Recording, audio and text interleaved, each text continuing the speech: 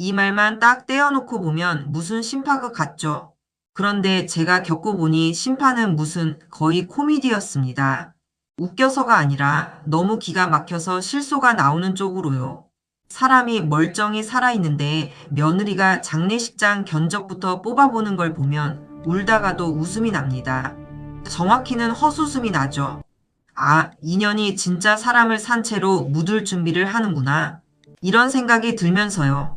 저는 올해 69입니다. 남편은 5년 전에 먼저 갔고 그 뒤로는 혼자 살다가 2년 전부터 아들 집에 들어와 살았습니다. 제가 원해서 들어온 건 아들, 너 아니에요. 요즘 왜 그렇게 피곤해 정확히 보여? 말하면 반은 떠밀려서 반은 손주 때문에 아들, 너 들어왔습니다. 요즘 왜 그렇게 피곤해 아들 보여? 민석이 그랬거든요. 엄마, 요즘 애 키우는 게 너무 힘들어. 수빈이 어린이집도 자꾸 아프다고 연락 오고 유진이도 직장 복귀해야 하고 엄마가 조금만 같이 있어주면 우리가 진짜 숨통이 트일 것 같아. 그 말 듣고 안 들어갈 부모가 어디 있겠어요. 게다가 저는 손주 수빈이 얼굴만 보면 정신을 못 차리는 할머니였습니다. 그 조그만 놈이 할머니 하면서 달려오면 허리도 덜 아픈 것 같고 혈압도 내려가는 기분이었으니까요. 그래서 저는 제 아파트를 전세 주고 짐을 정리해서 아들 집으로 들어갔습니다. 그때 며느리 유진이도 아주 싹싹하게 굴었어요. 어머니, 저희가 모시게 돼서 너무 감사해요. 어머니 오시면 제가 진짜 든든할 것 같아요. 어머니는 그냥 수빈이랑 놀아주시기만 하세요. 힘든 건 제가 다 할게요. 그 말 녹음해뒀어야 했습니다.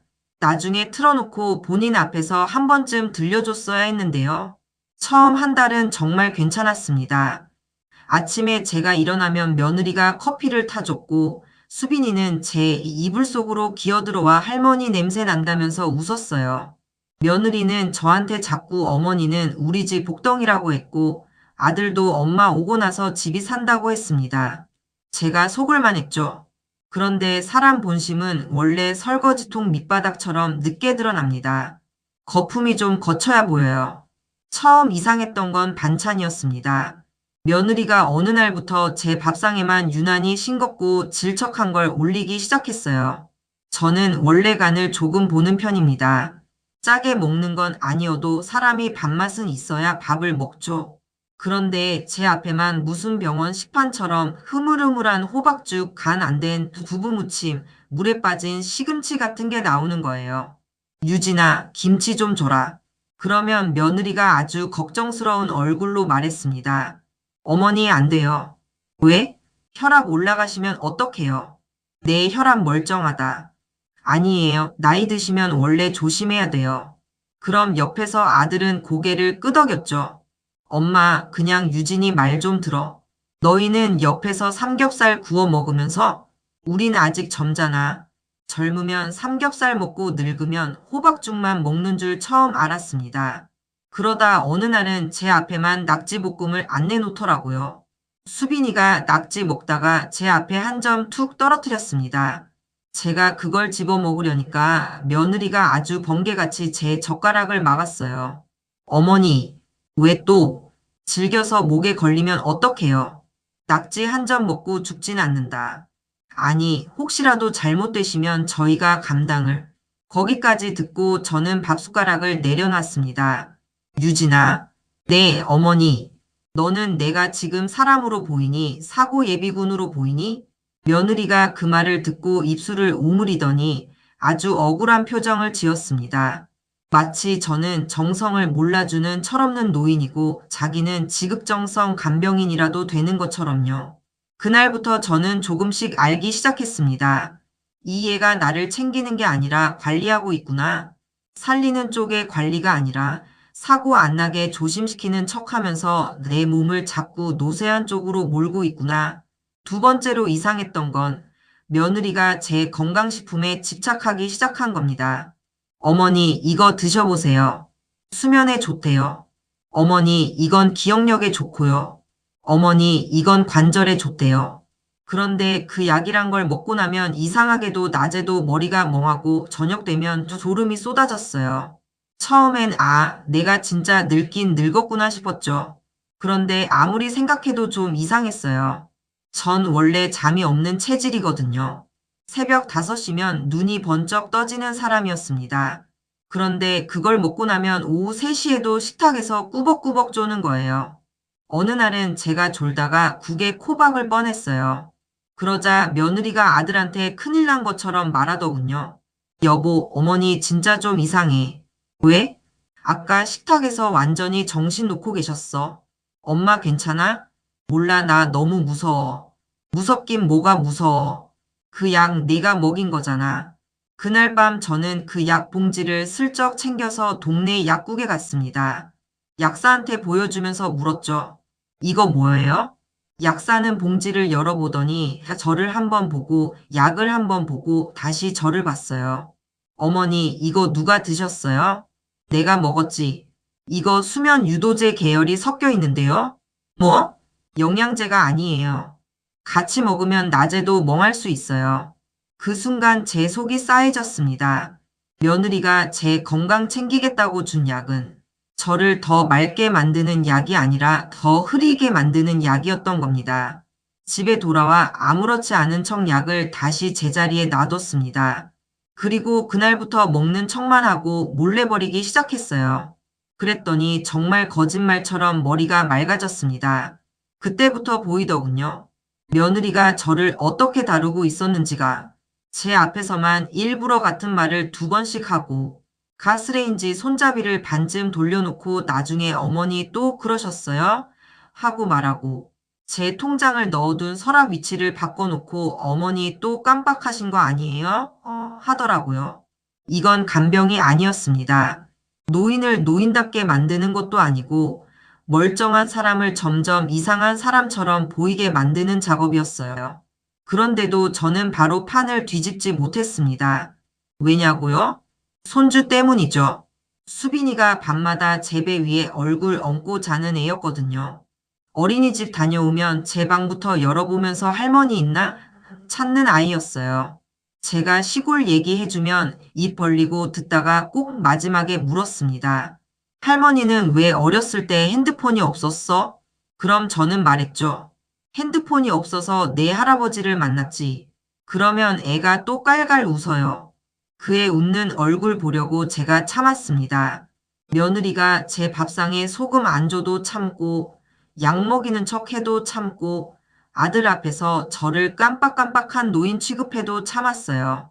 그런데 참는 것에도 한계가 있더군요. 결정적인 건 며느리의 휴대폰이었습니다. 어느 토요일 오후였어요. 유진이가 샤워하러 들어가면서 휴대폰을 식탁 위에 올려놨는데 수빈이가 그걸 만지다가 제 무릎 위로 툭 떨어뜨렸습니다. 화면이 켜져 있었고 카카오톡 단체방이 떠 있었어요. 방 이름이 아주 기가 막혔습니다. 시월드 탈출 D-DAY. 처음엔 그냥 며느리들 하소연 방인가 싶었어요. 요즘 애들 별별 이름 다 붙이잖아요. 그런데 마지막 메시지를 보는 순간 눈이 뒤집혔습니다. 우리 집은 이제 거의 막바지야. 키읔키읔 어머님만 정리되면 돼. 그 아래 다른 사람이 답했어요. 어디 보내? 유진이 답장이 바로 밑에 떠 있었습니다. 실버타운 알아보는 중인데 비싸서 요양원도 봐야지. 어차피 본인도 기억력 문제 있는 것처럼 보여서 제가 그 자리에서 숨을 멈췄습니다. 기억력 문제 있는 것처럼 보여서. 그러니까 이 인연이 일부러 저를 이상한 사람처럼 보이게 만들고 있었던 겁니다. 친구들한테는 이미 제가 정리해야 할 대상이었고요. 그 밑 대화는 더 가관이었습니다. 근데 재산은? 남편이 어머니 통장 쪽은 거의 손 못 대. 아직 애매해. 그럼 더 오래 걸리겠네. 그래서 내가 은근히 말하는 중이야. 나중에 수빈이 교육비로 써야지 하면서 키읔키읔키읔의 핑계 최고. 빨리 끝내고 싶다 진심. 왜? 나 진짜 어머님 돌아가시면 제일 먼저 여행 갈 거야. 그 순간 저는 며느리보다도 제 자신한테 더 화가 났습니다. 이걸 손주 보겠다고 참고 살았구나. 이 집에서 내가 할머니가 아니라 시한폭탄 취급을 당하고 있었구나. 그런데 더 놀라운 건 그 다음이었어요. 샤워하고 나온 며느리가 휴대폰을 들고는 얼굴색 하나 안 바꾸더군요. 제가 이미 봤다는 걸 몰랐겠죠. 그 애는 수건으로 머리 닦으면서 아주 다정하게 물었습니다. 어머니, 저녁엔 뭐 드실래요? 나? 네. 죽 끓여드릴까요? 오늘도 좀 피곤해 보이시는데. 그 말에 저는 웃었습니다. 속에서 열이 펄펄 끓는데도 웃음이 나왔어요. 유진아, 네? 내가 빨리 죽으면 좋겠니? 정말 갑자기 던진 말이었는데 며느리 얼굴이 딱 굳었습니다. 딱 2초. 그리고 바로 웃더군요. 어머니, 무슨 말씀을 또 그렇게 하세요? 그냥 물어봤다. 아유, 어머니는 오래오래 사셔야죠.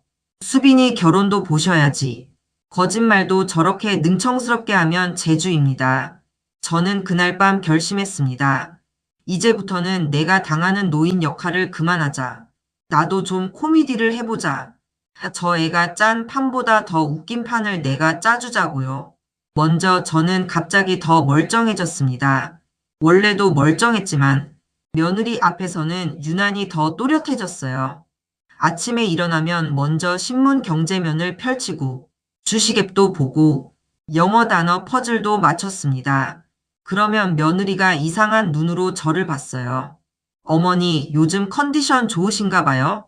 응, 네가 준 약 끊으니까 좋아졌어. 그 말에 며느리 표정이 잠깐 썩었습니다. 하지만 곧바로 웃으며 말하더군요. 어머, 그건 건강기능식품인데. 그럼 내가 먹어라. 네? 좋다며. 내가 먹으라고. 그날부터 며느리는 약 얘기를 꺼내지 않았습니다. 두 번째, 저는 일부러 수빈이 앞에서 재산 얘기를 했습니다. 애들은 어른 말을 그대로 옮기잖아요. 수빈아, 할머니 집은 나중에 누구 줄까? 그랬더니 수빈이가 눈을 반짝이며 말했어요. 엄마는 내 거래. 거래? 응, 뭐, 엄마가 그랬어. 할머니 집은 수빈이 거래래. 그 순간 제 속에서 뭔가 완전히 끊어졌습니다. 며느리는 이미 손주 입으로까지 제 재산을 자기 계획처럼 떠들고 있었어요. 애는 뜻도 모르고 따라한 거겠죠. 그런데 저는 그 말을 듣고 웃었습니다. 그래? 그럼 엄마한테 가서 그래라. 할머니가 거래 취소했대. 저녁에 며느리 얼굴이 사색이 되어 있더군요. 어머니, 수빈이한테 무슨 말씀하셨어요? 말은 내가 먼저 했겠지. 애가 뭘 안다고. 그러니까 애 앞에서는 입 조심해야지. 그날 밤 아들이 조심스럽게 제 방에 들어왔습니다. 엄마, 유진이가 좀 예민하게 받아들였어. 유진이가 예민한 게 아니라 찔리는 거겠지. 엄마 또 왜 그래? 민서가. 저는 그때 처음으로 아들을 똑바로 봤어요. 너는 알고 있었니? 아들 얼굴이 굳더군요. 그 얼굴 하나면 충분했습니다. 모른 척하고 있었던 겁니다. 적어도 며느리가 저를 이상한 사람 취급하는 건 알고 있었어요. 엄마, 나는 그냥 둘이 잘 지내면 좋겠어서. 그래서 나를 모르는 척 팔아먹었니? 엄마, 내 와이프가 내가 빨리 정리됐으면 좋겠다고 떠들고 다니는데도 민석은 그 말에 입을 다물었습니다. 그때 저는 알았어요. 이 집에서 제 편은 손주밖에 없다는 걸. 하지만 손주만 있다고 사람이 계속 견딜 수는 없습니다. 어른은 어른답게 판을 끝내야죠. 저는 다음 주에 바로 변호사를 찾아갔습니다. 남편 생전에 거래하던 분이 아직 일하고 계셨거든요. 제가 상황을 쭉 설명하자 변호사가 한숨부터 쉬었습니다. 사모님, 흔한 일입니다. 흔하다고요? 노인 재산 노리고 인지 저하 프레임 씌우는 거요. 프레임? 네. 약부터 말부터 환경부터 슬슬 만들어요. 그러다 병원 한 번 같이 가서 보호자 진술 넣으면 속도 붙습니다. 그 말 듣는데 등골이 오싹하더군요. 저는 그날 바로 검사도 다시 받았고 약 성분도 검토했고 제 명의 재산 상태도 전부 정리했습니다. 그리고 그 자리에서 유언장도 새로 썼어요. 며느리와 아들이 제 재산을 노리는 이유는 뻔했습니다. 제 아파트, 남편이 남긴 상가 지분, 매달 나오는 임대 수익. 그걸 자기들 육아비와 대출금과 여행 경비로 쓰고 싶었던 거예요. 그래서 저는 아주 간단하게 정리했습니다. 아파트는 매각 후 절반은 손주 수빈이 교육 신탁으로, 절반은 독거노인 무료급식센터에 기부, 상가 수익은 제가 살아있는 동안 제 생활비와 간병비로만 사용, 아들이나 며느리는 제가 사망해도 직접 접근 불가. 수빈이가 성인이 될 때까지는 외부 신탁기관 관리, 변호사가 묻더군요. 사모님, 정말 자제분에게는 거의 안 남기실 생각이십니까? 저는 웃었습니다. 남기긴 남기죠. 무엇을요? 교훈을요? 그 말 하면서 저도 참 웃겼습니다. 내가 이 나이에 재산 설계보다 인간 정리를 더 열심히 하고 있으니 말이에요. 그런데 마지막 한 방은 집에서 터졌습니다. 며느리가 어느 날 저녁 아주 조심스럽게 말을 꺼냈어요. 어머니, 좋은 실버타운 하나 알아봤어요. 제가 국을 뜨다 말고 고개를 들었습니다. 뭐? 요양원 아니고요. 실버타운이요. 거기 프로그램도 좋고 어르신들끼리 친구도 사귀고 나 친구 없는 줄 아니? 아니, 그런 뜻이 아니라 내가 왜 거길 가야 하지? 어머니도 혼자 방에 계시는 것보다.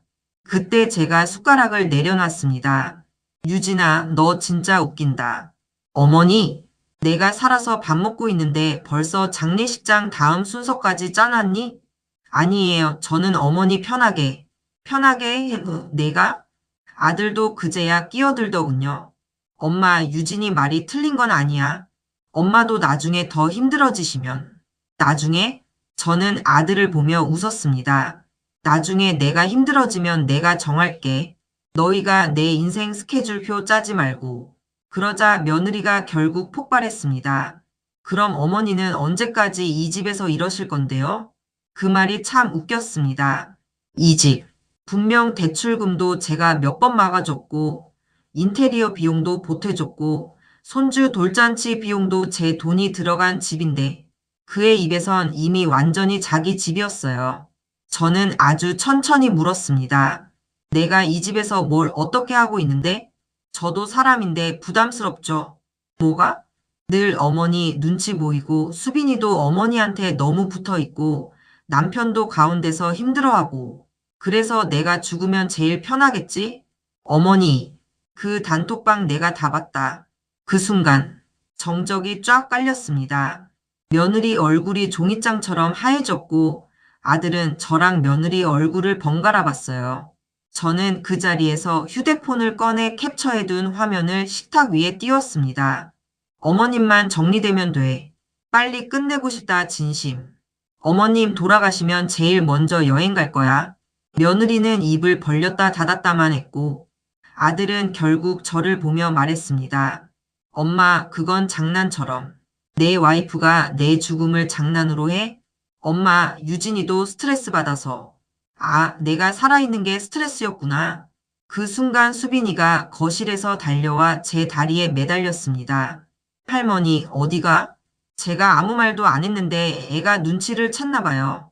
그 조그만 손이 제 다리를 붙잡는데 진짜 그때 제일 울컥했습니다. 그래서 저는 애머리를 쓰다듬으며 말했어요. 할머니 안 죽어. 수빈이는 눈을 동그랗게 뜨더니 큰 소리로 말했습니다. 응, 엄마가 할머니 죽으면 제주도 간댔는데 가지마. 그 순간 식탁 공기가 완전히 얼어붙었습니다.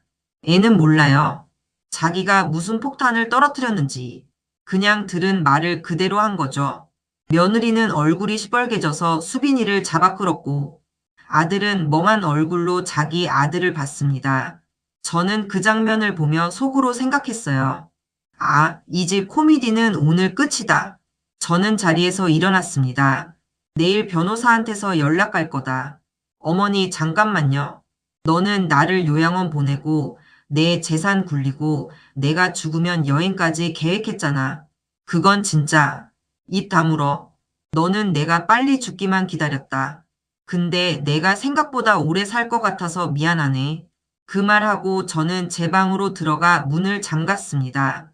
그날 밤 며느리는 울고 아들은 달래고 수빈이는 중간에 깨서 저 찾고 거실이 아주 종합병동이더군요. 다음날 아침 저는 짐을 쌌습니다. 그렇다고 쫓겨나듯 나간 건 아닙니다.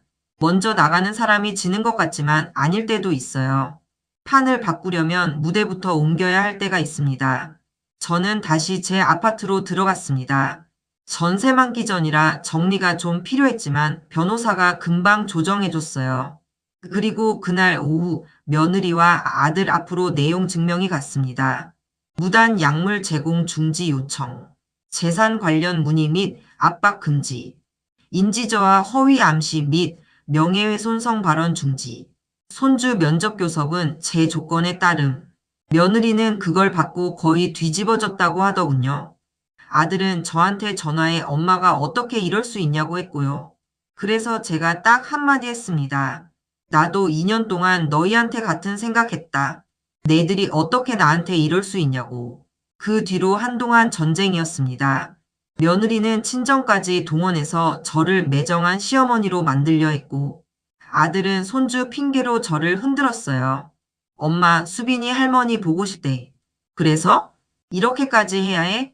그럼 내 와이프는 내가 빨리 죽길 기다린 걸 이렇게까지 하면 안 됐지. 아들은 끝내 제대로 사과하지 못했습니다. 항상 며느리와 저 사이에서 중간만 지키려 했어요. 그 중간이 얼마나 비겁한 자리인지도 모르고요. 그래도 손주 때문에 저는 완전히 끊지는 않았습니다. 대신 조건을 달았습니다. 수빈이는 저와 따로 만난다. 며느리는 동석하지 않는다. 재산 이야기 한 번이라도 꺼내면 그날로 끝. 신기하게도 그 조건 걸고 나니까 며느리는 태도가 달라졌습니다. 왜냐하면 자기 계산과 달리 제가 진짜 죽지 않고 진짜 정신 멀쩡하고 진짜 변호사까지 붙였다는 걸 알았거든요. 몇 달 뒤 며느리가 한번 찾아왔습니다. 양손에 과일을 들고요. 제가 문을 열자 그 애가 울먹이는 얼굴로 말했습니다. 어머니, 제가 그땐 너무 힘들어서. 저는 바로 잘랐습니다. 너 힘든 건 알겠다. 어머니, 근데 네가 힘들다고 해서 내가 죽어야 할 이유는 없지. 그 애는 그 말 듣고 정말 울더군요. 그런데 저는 하나도 안 흔들렸습니다. 왜냐하면 그 울음이 반성의 울음이 아니라 계산이 틀어진 사람의 울음인 걸 이미 알아버렸거든요. 손주 얼굴 보려고 참고 살았는데 며느리는 제가 빨리 죽기만 기다리고 있었습니다. 처음엔 그 사실이 너무 끔찍해서 내가 뭘 그렇게까지 잘못했나 싶었습니다. 내가 너무 간섭했나, 너무 오래 같이 살았나, 내가 정말 짐이었나. 그런데 시간이 지나고 보니 아니더군요. 그 애는 처음부터 저를 사람이 아니라 변수로 봤습니다. 빨리 정리되면 자기 삶이 편해지는 변수. 그러니까 제가 뭘 잘하든 못하든 결국 언젠가 그런 날은 왔을 겁니다. 그래서 저는 이제 전혀 안 참습니다. 짜면 짜다 하고, 약 주면 성분표부터 보고, 재산 얘기 나오면 변호사 번호부터 꺼냅니다. 사람들은 제가 독해졌다고 해요. 맞습니다. 저 독해졌어요. 근데 늙어서 독해진 게 아니라 늙었다고 만만하게 보는 사람들 덕분에 제정신 차린 겁니다. 그리고 제일 웃긴 건 그렇게 제가 빨리 죽기만 기다리던 며느리가 요즘은 수빈이 손잡고 저희 집에 와서 어머니 오래오래 사셔야 해요 하고 말한다는 겁니다. 그래서 제가 한 번은 그랬어요. 왜 제주도 일정 밀렸니? 그의 얼굴이 딱 굳더군요.